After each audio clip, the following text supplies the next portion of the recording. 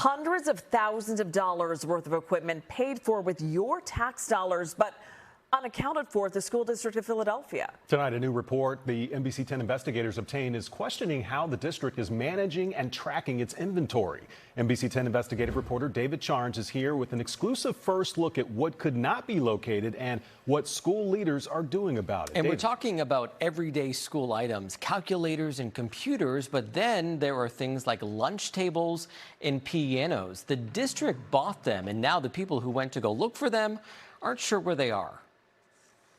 A $17,000 printer, this nearly $20,000 energy training system, and this $5,500 smartboard. They're some of the pieces of school equipment city auditors couldn't locate, raising questions about if they're somewhere on campus or gone forever.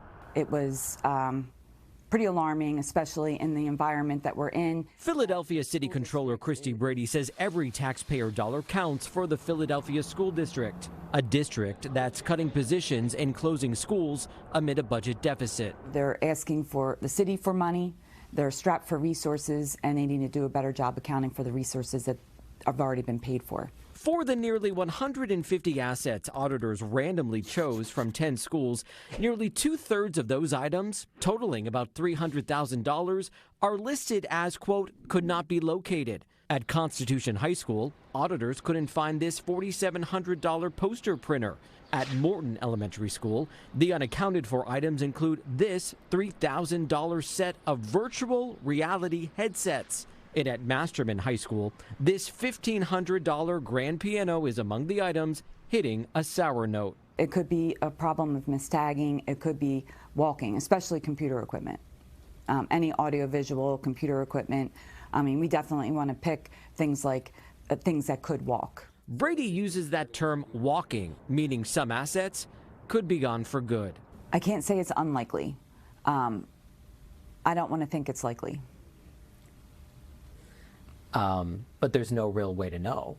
There's no way to know. It's just not there. It's not there. The district responded to the audit, saying it, quote, recognizes the need to strengthen accountability and accuracy, adding some items may be, quote, obsolete or disposed. The NBC 10 investigators caught up with Superintendent Tony Watlington at a recent event. How do we make sure that those investments like smartboards, computers, TVs, pianos are staying here and aren't walking out of the building? We don't have widespread instances of pianos walking out of buildings. Let me assure you of that. Watlington and his staff stressed the audit found no major issues, and the audit did not address any allegations of theft. The school's head of operations, Oz Hill, adds the district is working to better track and account for what it owns. It begins with the upgrading of all of our electronic surveillance systems, as well as our access control systems, and the refurbishment of our exterior door entries. We are working to continue to improve our inventory management. There's no audit that says we have widespread theft, so I want to be really clear about that. A lot of concern of accountability across the board on a number of things, so it's not too surprising. We showed the results to Philadelphia parents who say they want to make sure their children are getting the best education with the resources the city and state are giving the district. It just seems unlikely that there's huge levels of fraud and stealing out there. That's not where my mind goes. Brady can't say where those unaccounted for items are, but says she hopes the district does better to keep track of what taxpayers have already spent. We don't know, but that's why we go out and look, because that helps keep people accountable. And right now, auditors are back in schools checking to see what's turned up and what else may be unaccounted for this year.